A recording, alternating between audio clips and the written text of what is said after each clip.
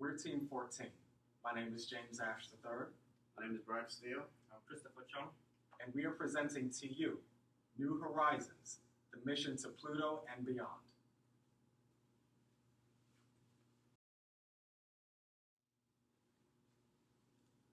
So why study Pluto in the Kuiper Belt?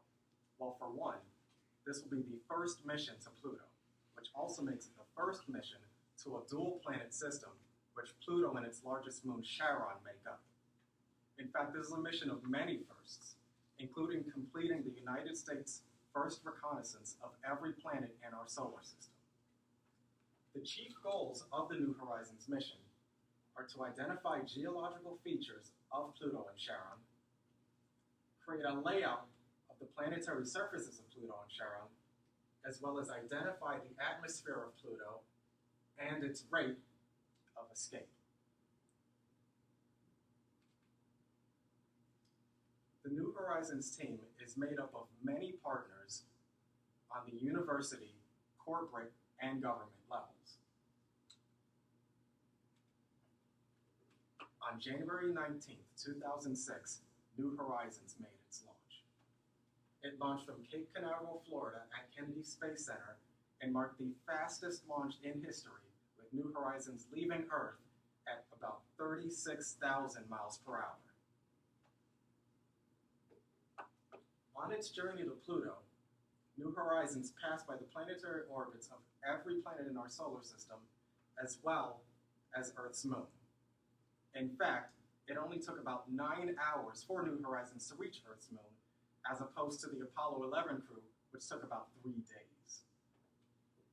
On February 28, 2007, New Horizons passed by Jupiter for a gravity assist, which increased its speed by about 9,000 miles per hour, thus shaving off around 3 years on its journey.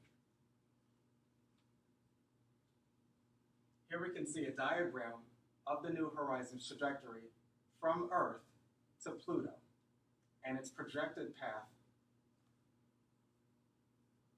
moving forward. On July 14th, 2015, New Horizons finally reached Pluto, traveling nearly 3 billion miles away from Earth.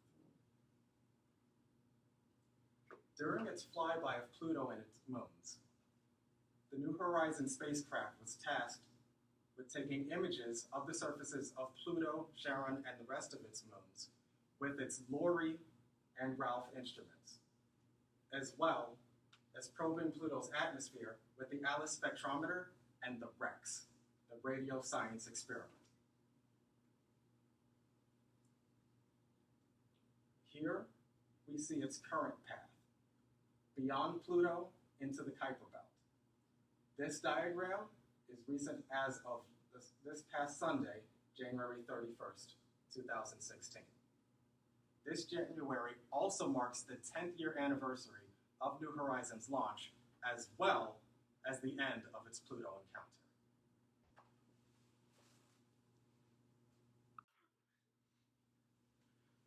And now let's talk about the spacecraft details. The New Horizons spacecraft is comprised of 7 instruments.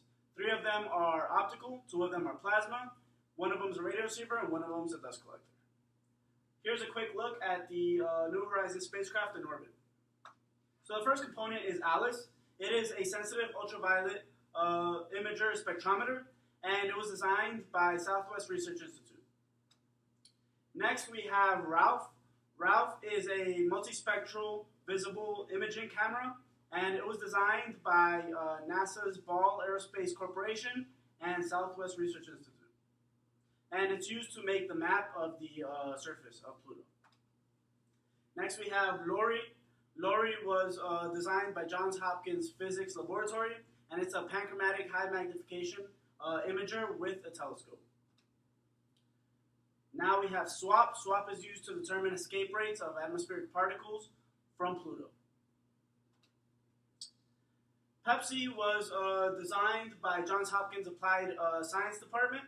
It is used to determine the particles, the neutral particles that escape Pluto and then are charged by the solar wind. The radio receiver of the device is REX. This basically receives signals from Earth to distribute commands. Next, we have the student dust collector, which was actually developed by some students at the University of Colorado, and its purpose is to collect some dust particles from Pluto for further examination. Now, with regards to the powerhouse of the system, we have the radioisotope thermoelectric generator. This is powered by a radioactive decay of plutonium-238 atom, and it's made of titanium to ensure stiffness.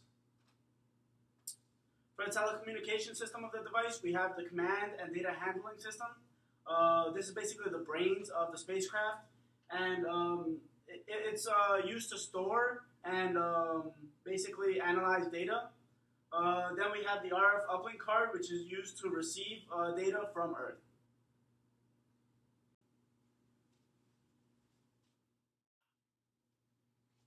Okay, we now look at the future of the New Horizons mission. NASA will now look to explore the Kuiper Belt Object, the KBO, which other name they gave as the 2014 MU69. They got this name also because it was they discovered this on the 26th of January 2014 with a Hubble Space Telescope. The reason you use this Hubble Space Telescope because the KBO had a apparent magnitude of 26 and needed a very strong telescope to look at this. From scientists and people who work at NASA, looking at the distance and the brightness of the KBO from Earth, they approximated that it had a diameter of 45 kilometers or 28 miles approximately. It also had an orbital period of 293 years and is considered to have a low inclination and low eccentricity. This unexcited orbit shows that it's a classic Kuiper belt and is likely to have not undergone significant permutations. So what is NASA hoping to achieve from this mission? Firstly, they would like to map the geology to see how it has formed and see how it has evolved over the years. This has recently been discovered, so there's not much literature and not much research done on it. So they would like to see how it has changed over the years and how it could possibly change in the future. Next, they like to measure the surface temperature and any other parameters they could get on the outside of it.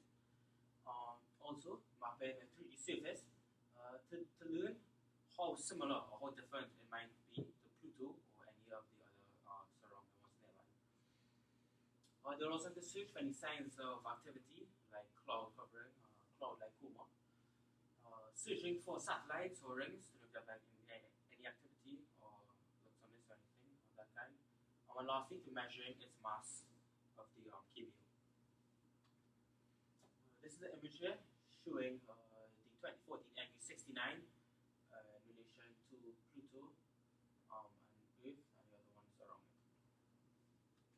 And lastly, this is an image of how they propose it will look when it is visited on the 1st of January 2019. Thank you very much, and that's it for our presentation.